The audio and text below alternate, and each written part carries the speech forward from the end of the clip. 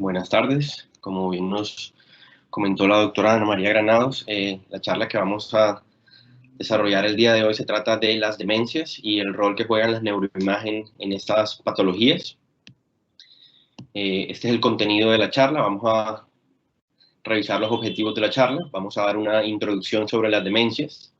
Vamos a ver el papel que juegan y que se desenvuelven las neuroimágenes en las demencias, con una pequeña parte de la neuroimagen estructural, y después pasamos al grueso de la charla, que son las técnicas avanzadas. Vamos a ver las conclusiones y les voy a mostrar la bibliografía que revisé para el desarrollo de esta charla.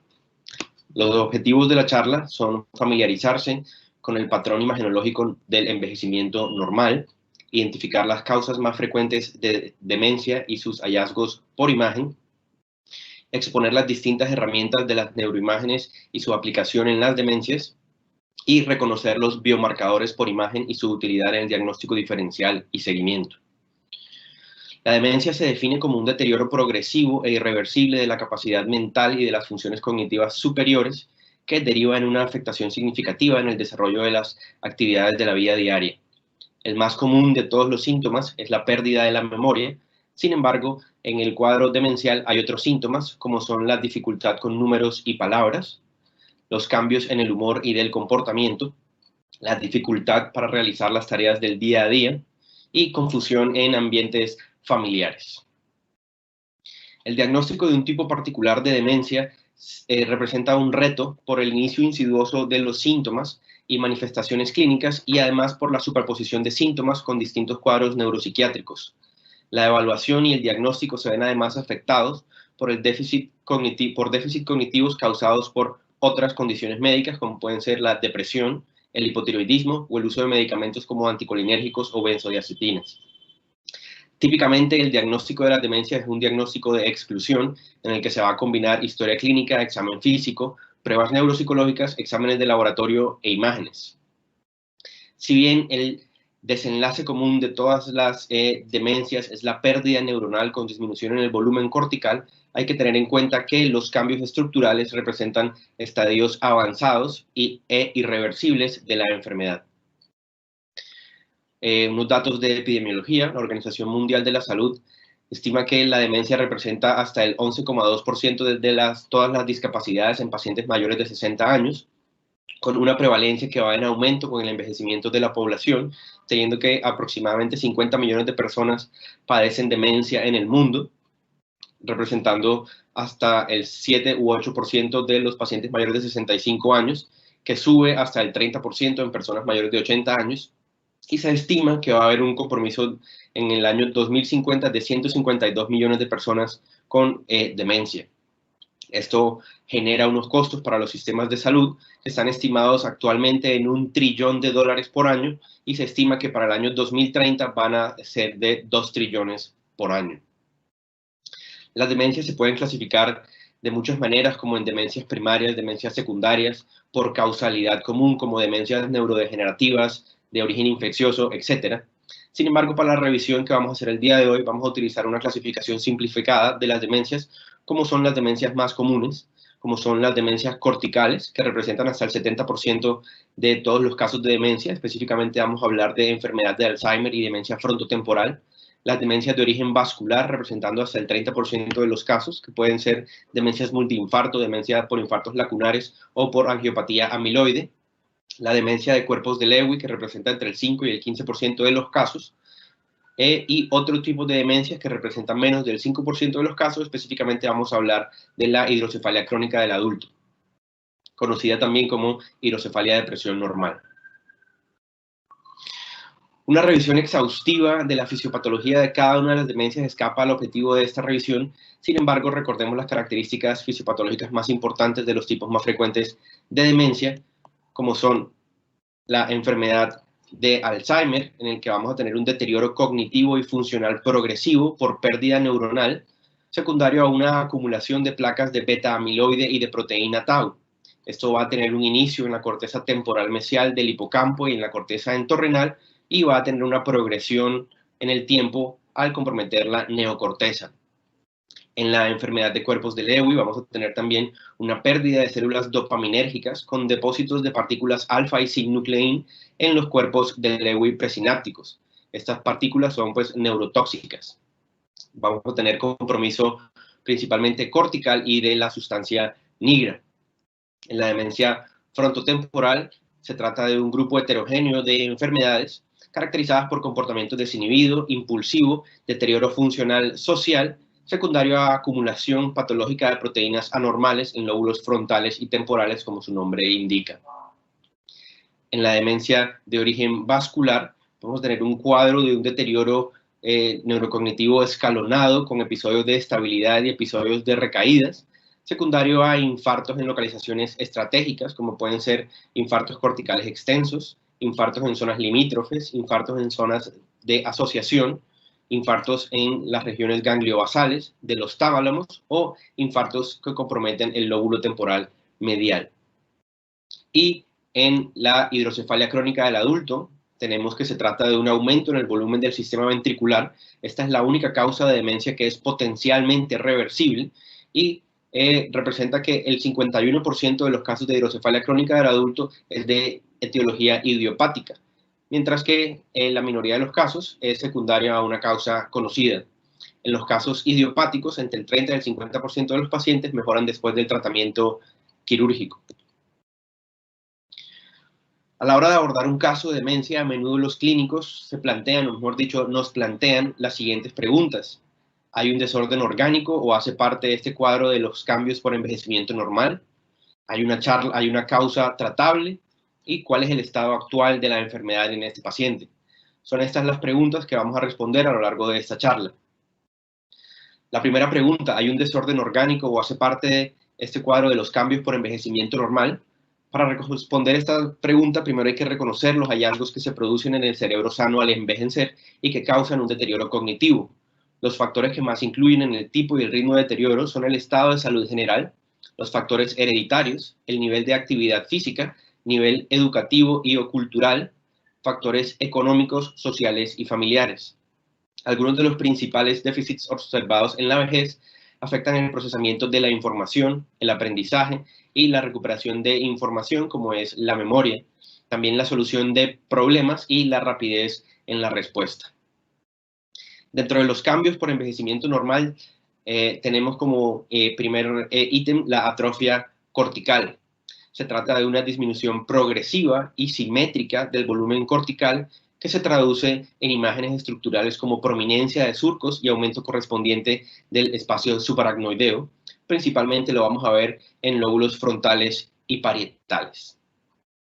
De igual manera vamos a encontrar atrofia cerebelosa, que se traduce en las imágenes estructurales como prominencia de las folias cerebelosas con aumento del espacio subaracnoideo cerebeloso y en especial del espacio vermiano. También vamos a encontrar un aumento no desproporcionado en el volumen del sistema ventricular que no va a sobrepasar las medidas cuantitativas como el índice de Evans, el cual, como vemos en la ilustración de la pantalla, se debe tomar con las asas frontales y la área de mayor espesor del cerebro. Y es normal si es menor a 0,3 este índice. Este aumento del volumen ventricular se va a deber principalmente a la reducción en el volumen de la sustancia blanca más que a atrofia cortical per se.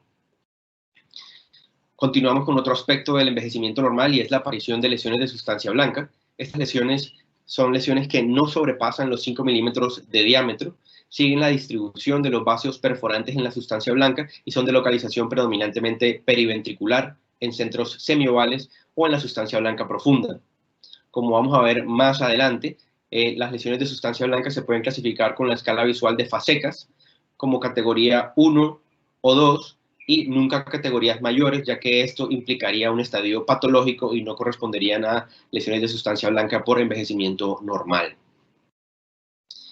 Otro compromiso típico del envejecimiento normal son los espacios perivasculares prominentes o espacios de Virchow Robin, que corresponden a invaginaciones del espacio subaracnoideo que circunda o rodea a un vaso. Esto se encuentra principalmente en el tercio inferior de los ganglios basales. Como podemos ver en las imágenes en la diapositiva, se comportan hipointensos en las secuencias con información T1, hiperintensos en T2 y no tienen representación en las secuencias FLAIR. También otro compromiso típico en el envejecimiento es la acumulación de depósitos de hierro en los ganglios basales con una distribución bilateral y simétrica. Por imágenes vamos a ver disminución en la intensidad de señal de los ganglios basales en las secuencias morfológicas T1 y T2 con efecto blooming o de floreado siendo más evidentes en las secuencias de susceptibilidad magnética como vemos a la derecha de la pantalla. La siguiente pregunta que nos hacen los clínicos es, ¿hay una causa tratable? Entonces hay que reconocer que tenemos varias entidades fácilmente detectables por imágenes, como por ejemplo los hematomas, las neoplasias, las infecciones y las causas secundarias de hidrocefalia. Estas son entidades que requieren un manejo específico y pues escapan también un poco a los objetivos de nuestra charla del día de hoy. ¿Cuál es el estado actual? Es la siguiente pregunta que nos hacen los clínicos. Para responder esta siguiente pregunta nos ayudamos de la representación gráfica de la evolución de los parámetros biológicos y clínicos de la demencia en función del tiempo. Tenemos la presencia de beta-amiloide, la disfunción sináptica, tenemos el daño neuronal por presencia de proteína tau, tenemos en esta línea punteada cómo va a hacer más anormal la estructura cerebral, cómo va a ser más anormal el nivel de cognición y por último tenemos en esta línea continua doble la función clínica, siendo pues en la parte superior de la gráfica lo más anormal. La neuroimagen debe ser combinada con otros estudios. La mayoría de estos, como pueden ver, beta-amiloide, proteína tau, son en estadio preclínico en el líquido cefalorraquídeo. Como vemos en la gráfica, los cambios estructurales empiezan a aparecer de forma tardía al comparar con los cambios fisiopatológicos cuando ya hay manifestaciones clínicas. Es por esto que en las últimas décadas se han desarrollado múltiples aplicaciones y técnicas de neuroimagen que nos permiten no solo evaluar de manera profunda la morfología del sistema nervioso central, sino también analizarlo desde el punto de vista metabólico, dinámico y funcional. Teniendo en cuenta que en la mayoría de los casos las alteraciones morfológicas aparecen en estadios avanzados, las técnicas avanzadas nos van a permitir, como vamos a ver, identificar cambios sutiles que amplían los criterios diagnósticos y proponen nuevos biomarcadores para el diagnóstico temprano de las enfermedades de demencia. Se incluyen dentro de estas técnicas avanzadas resonancia magnética funcional, volumetría, imágenes con tensor de difusión, imágenes de resonancia magnética con conectividad neuronal anatómica, espectroscopia por resonancia magnética, perfusión y metabolismo por medicina nuclear. Pero antes de pasar a las imágenes avanzadas, vamos a revisar la imagen estructural, que es la primera herramienta de las neuroimágenes, por medio de la cual, como ya vimos, podemos descartar lesiones intracraneales que puedan estar causando el déficit cognitivo y puedan ser susceptibles a un manejo específico. Además de evaluar estas posibles lesiones, nos permiten evaluar el patrón y el grado de atrofia de las estructuras cerebrales, el compromiso de la sustancia blanca, la morfología y el tamaño del sistema ventricular. Para la evaluación estructural nos ayudamos de distintas escalas visuales como son la escala global de atrofia cortical, la escala de atrofia temporal medial, la escala de fasecas de las lesiones de sustancia blanca que ya les mencioné y la escala de atrofia parietal. La escala de atrofia cortical global o Global Cortical Atrophy Scale por su nombre en inglés, fue desarrollada por Pasquier en 1996. Son 4 grados de 0 a 3. Y va a clasificar la atrofia global en relación al volumen de los surcos y los giros. Los grados 2 y 3 son considerados patológicos. Como vemos aquí, entonces, representado en imágenes, el grado 0 vamos a tener una ausencia de atrofia cortical. El grado 1 vamos a tener un aumento en el volumen de los surcos. En el grado 2 vamos a tener, aparte, una disminución en el volumen de los giros.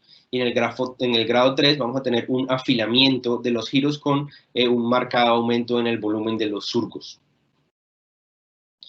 La escala de atrofia del lóbulo temporal medial, desarrollada por Scheltens en 1992, nos va a decir, como su nombre dice, cuál es el nivel de atrofia del lóbulo temporal, basándose en la pérdida de la altura de la formación hipocampal, el aumento de la cisura coroidea y el asta temporal de los ventrículos laterales a medida que aumenta la atrofia. Son 5 grados de 0 a 4. En el estadio 0 o grado 0 vamos a ser completamente normal, no vamos a tener evidencia de atrofia. En el grado 1 vamos a tener un ensanchamiento de la fisura coroidea. En el grado 2, además de esto, vamos a tener un ensanchamiento del asa temporal del ventrículo lateral. En el grado 3 vamos a tener además pérdida moderada en el volumen y en la altura de la formación hipocampal. Y en el grado 4 vamos a tener una pérdida severa del volumen del hipocampo. Hay que recordar que en pacientes menores de 75 años, la escala de atrofia temporal medial mayor o igual a 2 siempre va a ser anormal, y que en pacientes mayores de 75 años, una escala mayor o igual a 2 de manera bilateral o mayor o igual a 3 siempre es anormal. En estos ejemplos de la institución de la Fundación Valle del Lili, vemos cómo varía el compromiso atrófico del lóbulo temporal medial en las distintas condiciones, siendo normal o ausente en casos de envejecimiento normal, déficit cognitivo leve, y en casos de demencia frontotemporal, en la cual vemos atrofia del lóbulo temporal lateral y ausencia de atrofia del lóbulo temporal medial. En la demencia de cuerpos de Lewy hay compromiso del lóbulo temporal medial, categoría o clasificación 1 en la escala, mientras que en los casos de demencia mixta e hidrocefalia crónica vemos atrofia variable, normalmente entre 1 a 2, siendo mayor el compromiso en lóbulos temporales en su porción lateral en hidrocefalia crónica del adulto. Mientras que en la enfermedad de Alzheimer vemos un marcado compromiso atrófico de la porción medial de ambos lóbulos temporales, superior a la clasificación estadio grado 2. Otra escala visual es la atrofia del lóbulo parietal o escala de Coedam, clasifica el compromiso de 0 a 3 grados. Se basa principalmente en la amplitud de los surcos del cíngulo posterior y del surco parieto-occipital. En el grado 0 no vamos a tener evidencia de atrofia cortical. En el grado 1 vamos a tener una atrofia cortical leve y ensanchamiento de surcos del cíngulo posterior y parieto-occipital.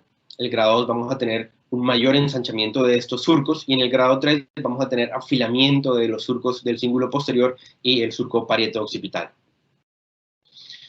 Como vemos también en estos ejemplos de nuestra institución, en el envejecimiento normal y en el déficit cognitivo vamos a tener aumento leve y simétrico de todos los surcos, sin un compromiso asimétrico de los surcos del cíngulo o del surco parieto-occipital. En la demencia mixta y en la demencia vascular vamos a tener el compromiso bastante variable.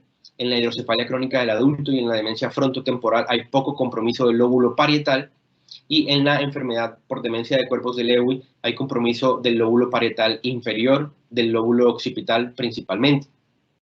En la demencia de Alzheimer vamos a tener un compromiso grado 2 o superior en la escala de Coedam del lóbulo parietal.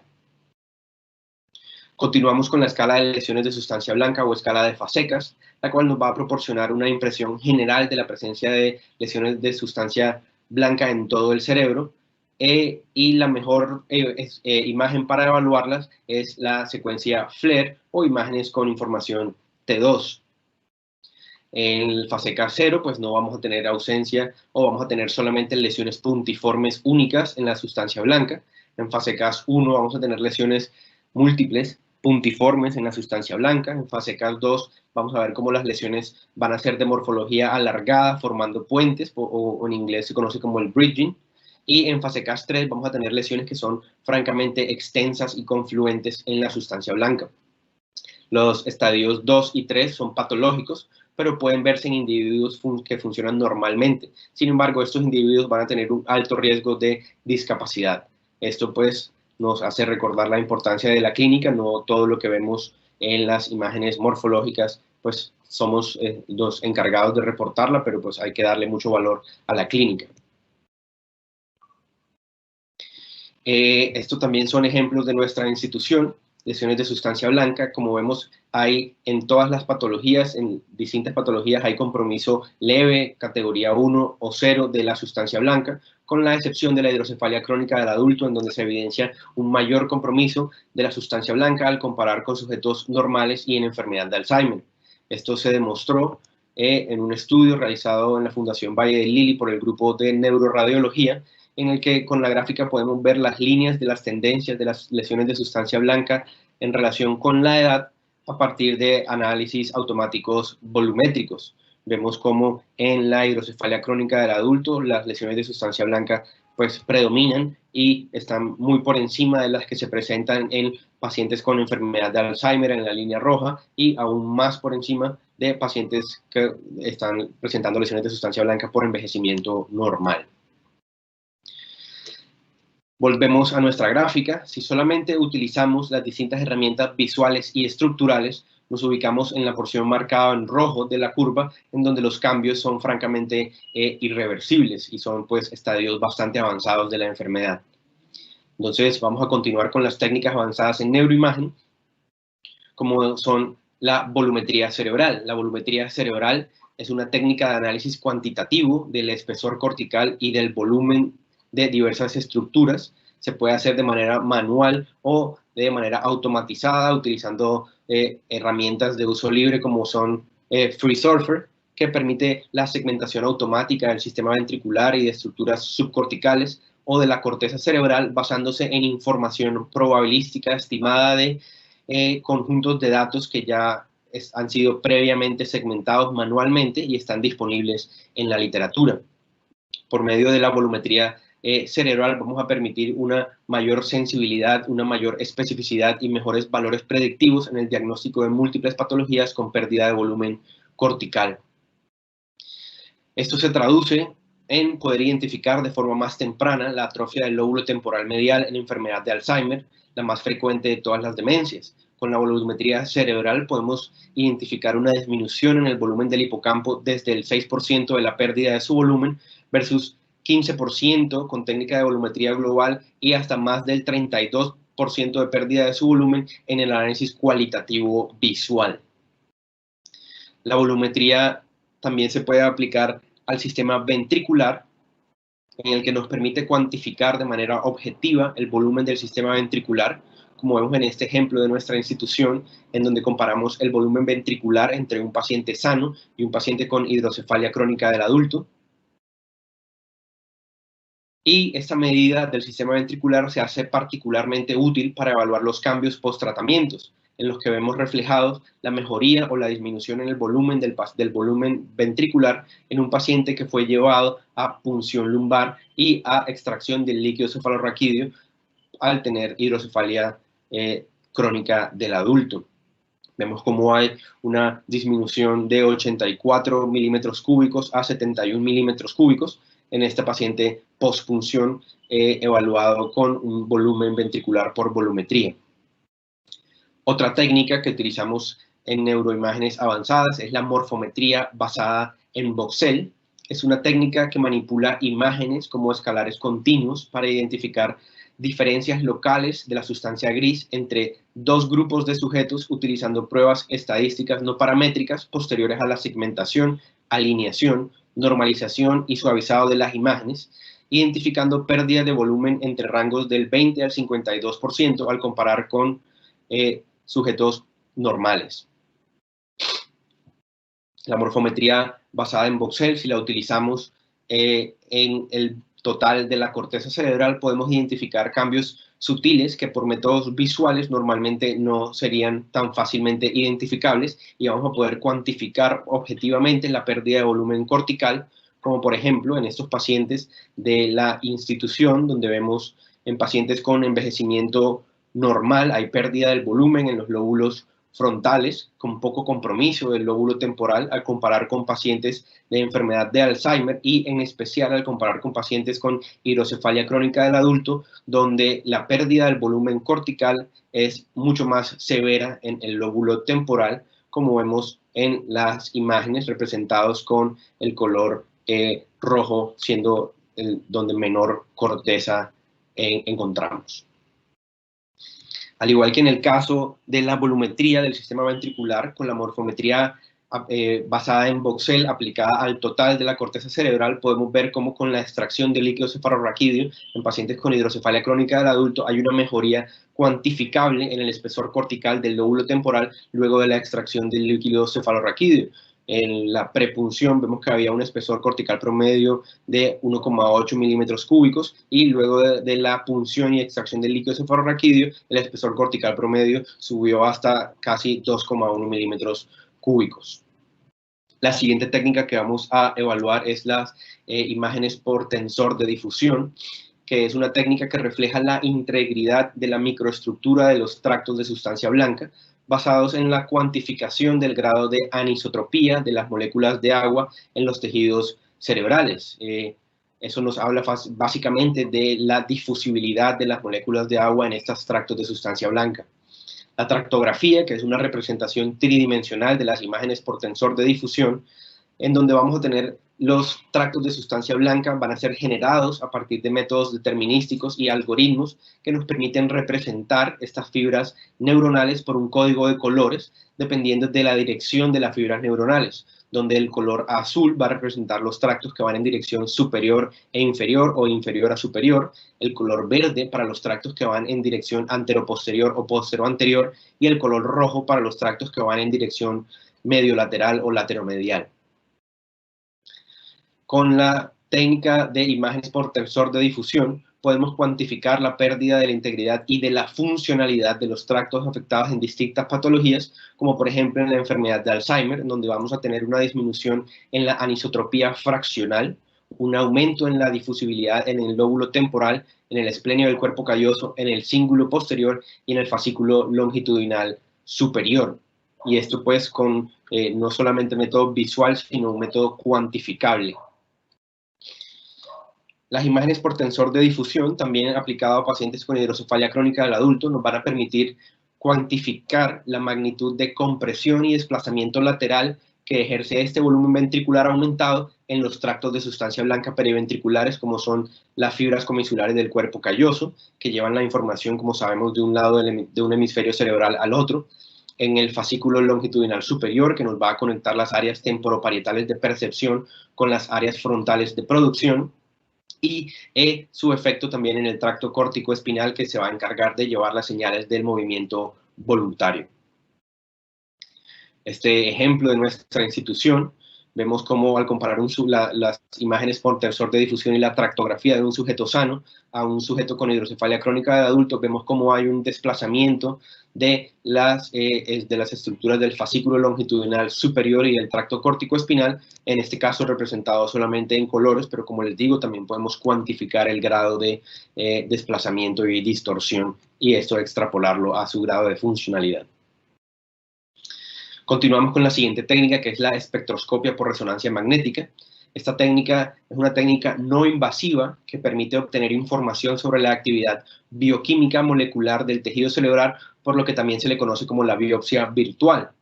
Nos va a obtener metabolitos específicos, como son el N-acetilaspartato, que es un marcador de integridad neuronal, la colina, que es un marcador de membrana celular, la creatina, que es el marcador energético, los lactatos y lípidos, que son metabolitos que nos van a hablar del metabolismo anaerobio y de la proliferación neuronal, el mioinositol, que nos va a hablar de el marcador glial, el glutamato, que es un marcador astrocítico, y también de neurotoxinas.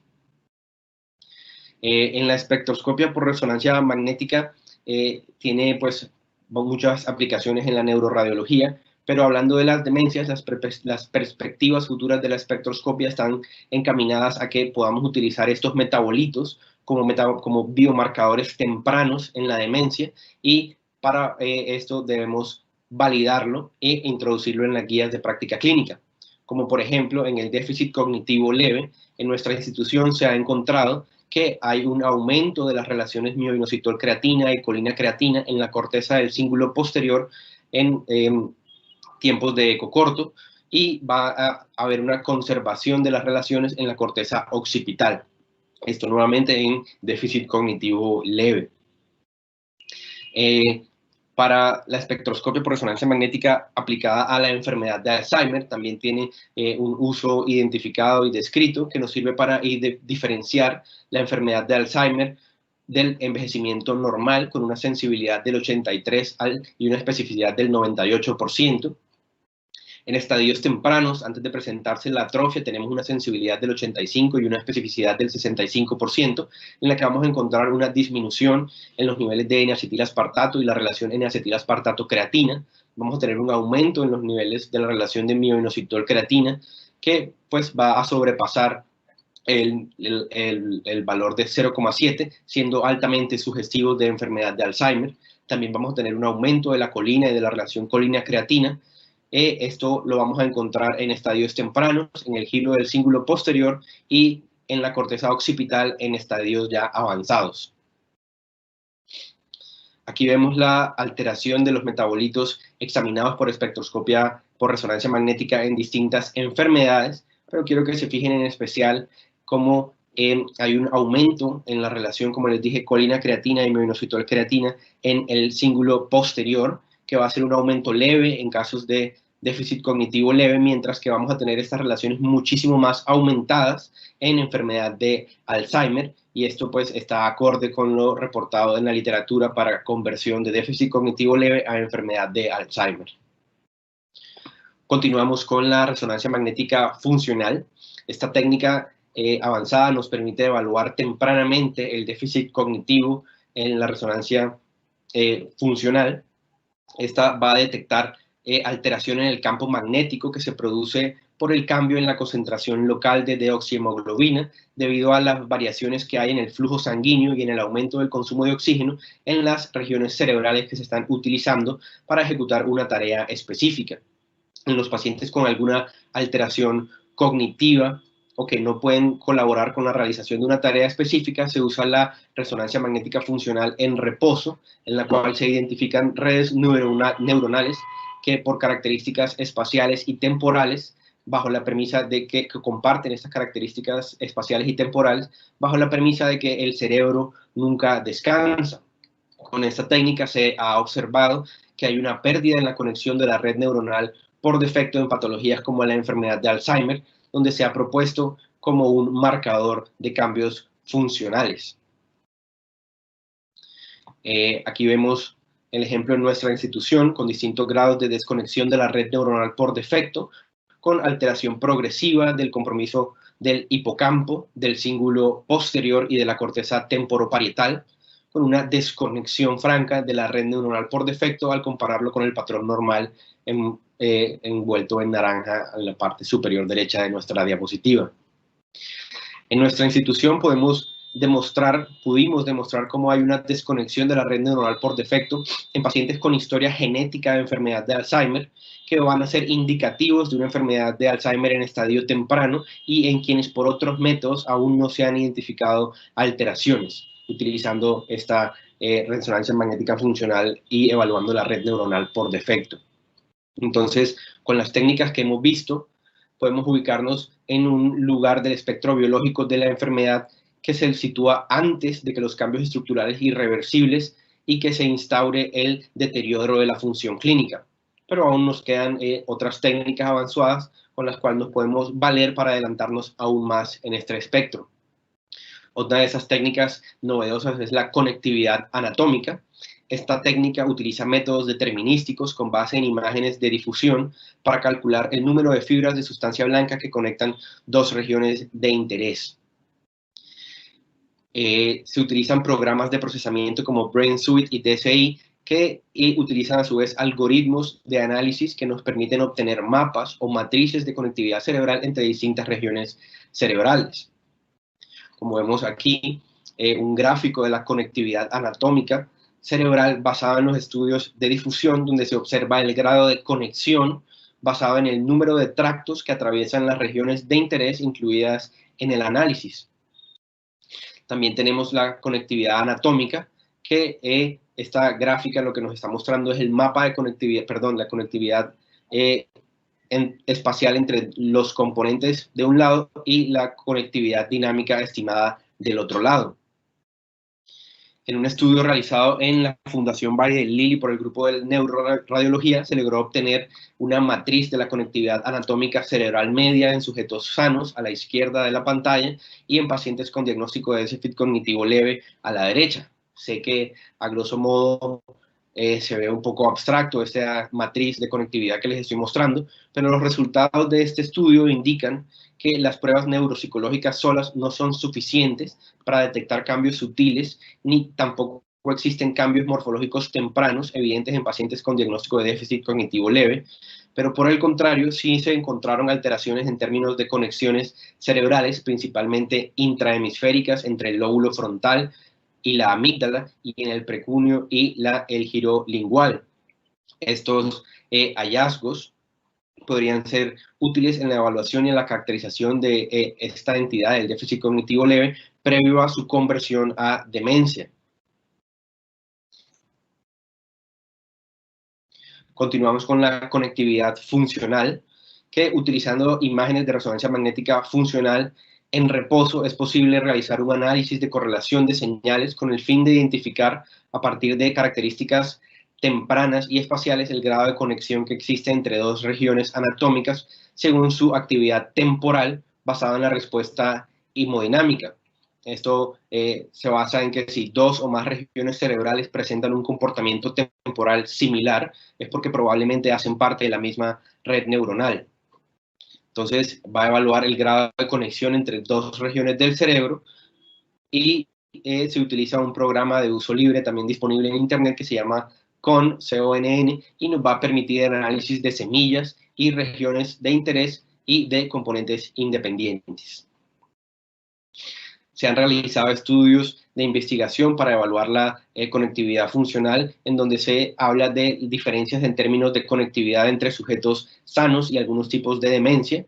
En este ejemplo de la literatura se observa la diferencia en el número de conexiones que hay entre el grupo de sujetos sanos y dos grupos de demencia frontotemporal, uno con variante comportamental y el de abajo con variante no fluente. Ya para terminar, quiero incluir dentro del abanico de las herramientas de técnicas avanzadas de neuroimagen las técnicas de medicina nuclear, comenzando por el PET-FDG. Esta técnica se basa en el metabolismo de la glucosa por el cerebro, utilizando el radiotrazador análogo de la glucosa, el 2-deoxifluoroglucosa o FDG.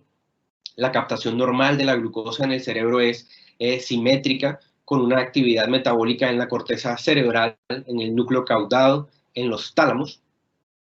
El FDG se va a fosforilar por la enzima exoquinasa y va a quedar atrapado temporalmente al interior de las células con mayor metabolismo, permitiendo entonces de esa manera realizar un topograma metabólico con el PET con una adecuada correlación anatómica. Si bien las demencias van a tener distintos hallazgos histopatológicos, como ya vimos, en conjunto se pueden manifestar como pérdida neuronal, como cambios glióticos y disminución en las conexiones sinápticas. Entonces, el daño al tejido cerebral nos va a demostrar un hipometabolismo local que nos va a permitir detectar patrones de hipometabolismos típicos para distintos tipos de síndromes demenciales. El FDG-PET en enfermedad de Alzheimer nos va a demostrar un hipometabolismo principalmente en el cíngulo posterior, en la precuña, en el lóbulo temporal posterior y parietal, principalmente en el cíngulo posterior, en donde va a ser un fuerte predictor de progresión de déficit cognitivo leve a Alzheimer. Y vamos a demostrar un respeto por el lóbulo occipital, por el cíngulo anterior, por los ganglios basales, el tálamo y la corteza sensoromotora. El FDG en demencia de cuerpos de Lewy también nos va a demostrar un hipometabolismo parietal bilateral y temporal posterior, con un compromiso principalmente también de lóbulos occipitales y un respeto del cíngulo posterior, lo que nos va a diferenciarla de otras entidades. El beta-amiloide PET es otra técnica de desarrollo más reciente que nos permite demostrar la agregación a zonas de acumulación normal de beta-amiloide por diferentes radiofármacos como son el florbetapir, el florbetaben y el flumetamol, que nos van a demostrar información metabólica similar a la obtenida en el FDG-PET y que se correlaciona donde hay ausencia de captación, va a tener un alto valor predictivo negativo en enfermedad de Alzheimer. El tau PET se utiliza el radiotrazador flow tau-CPIR, que se va a utilizar la agregación anormal de proteínas tau a ovillos neurofibrilares, que va a ser pues ausente en pacientes sanos y va a estar francamente aumentada esta agregación en casos de pacientes con Alzheimer, como vemos en las imágenes de la literatura que les tengo aquí. Un paciente cognitivamente normal, vemos como no se agrega el fluortaucipir en las regiones cerebrales, mientras que en un paciente con enfermedad de Alzheimer vemos como hay una agregación en las zonas típicamente comprometidas por la enfermedad de Alzheimer. Y como última medida, el SPECT con ioflupan, que va a aprovechar el transportador de dopamina para demostrar sinapsis activas en el cuerpo estriado y la sustancia negra. Sabemos que los síndromes tipo Parkinson y la demencia de cuerpos de Lewy comportan esta fisiopatología de pérdidas neuronales dopaminérgicas, y entonces vamos a demostrar una disminución en la acumulación del radiotrazador en el putamen al comparar con pacientes sanos, como vemos en las dos imágenes de la literatura. En el control sano, pues hay una acumulación del radiotrazador en el putamen de manera bilateral, mientras que en la demencia de cuerpos de Lewy hay una disminución de esa acumulación. Volviendo a nuestra gráfica, utilizando estas últimas técnicas que les acabo de mencionar, podemos ubicarnos no solo donde nos ubicábamos con la imagen estructural, sino un poco más adelante en el espectro biológico de la enfermedad, de lo que nos ubicamos con las técnicas que vimos inicialmente. Este es un cuadro de resumen en el que está pues toda la información que les acabo de mostrar. Como para recordar, en el envejecimiento normal vamos a tener una atrofia cerebral difusa con gliosis, espacios perivasculares prominentes y ependimitis granulares. Vamos a tener depósitos de hierro en los ganglios basales. En la enfermedad de Alzheimer vamos a tener atrofia de los lóbulos temporales. Vamos a tener compromiso de las fibras del sistema límbico y del circuito de Papez, demostrado por las imágenes por tensor de difusión. Vamos a tener una disminución del N-acetilaspartato y aumento del mioinositol en el giro del cíngulo posterior, demostrado por espectroscopia, por resonancia magnética. Por resonancia funcional vamos a tener una disminución en la activación de la red neuronal por defecto. Y en el PET-FDG vamos a tener regiones posteriores, vamos a tener hipometabolismo en las regiones posteriores de los lóbulos parietales y temporales. En la demencia frontotemporal vamos a tener atrofia temporal y frontal anterior, y en la región anterior del cuerpo calloso, que en FDG PET vamos a tener hipometabolismo en estas mismas regiones. En la demencia de cuerpos de Lewy vamos a tener atrofia del cuerpo estriado, del putamen, del mesencéfalo y del hipotálamo.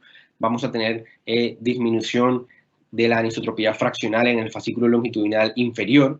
Vamos a tener aumento de la relación colina-creatina en el giro del cíngulo posterior, y vamos a tener hipometabolismo parietotemporal y occipital.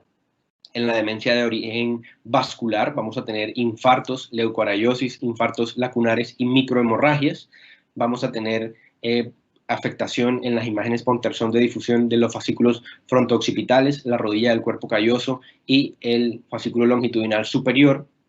Y vamos a tener defectos hipometabólicos corticales y subcorticales en el FDG-PET. Y en la hidrocefalia crónica del adulto vamos a tener una mínima atrofia cortical, vamos a tener una atrofia de la sustancia blanca, que se va a traducir en ventriculomegalia, en aumento del flujo del líquido cefalorraquídeo a través del acueducto de Silvio.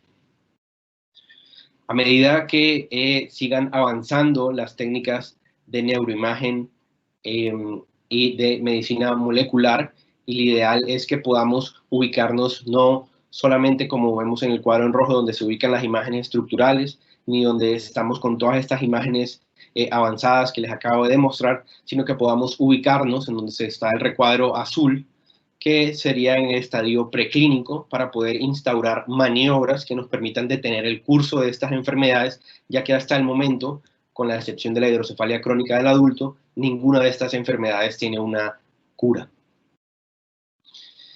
Ya para concluir esta charla, les voy a dar las conclusiones a las que llegué al desarrollar la charla, y es que las neuroimágenes en demencia nos incluyen el abordaje inicial para excluir causas tratables, como son las neoplasias, la hidrocefalia, el sangrado, infartos, infecciones y causas tóxico-metabólicas. también sirven para detectar los cambios normales relacionados con el envejecimiento normal, sirven para identificar los hallazgos específicos de los distintos tipos de demencia para diferenciarlas cuando no es posible diferenciarlas por otros métodos, pero sobre todo nos sirven para aplicarse como biomarcadores radiológicos tempranos en fases clínicas y preclínicas para poder instaurar un manejo adecuado y oportuno. Esta es la bibliografía en la que me basé para realizar esta charla. Y les agradezco a todos por su atención, con un especial agradecimiento al grupo de neuroradiología de la Fundación Valle de Lilia, a la doctora Ana María Granados y a sus ingenieros. Muchas gracias.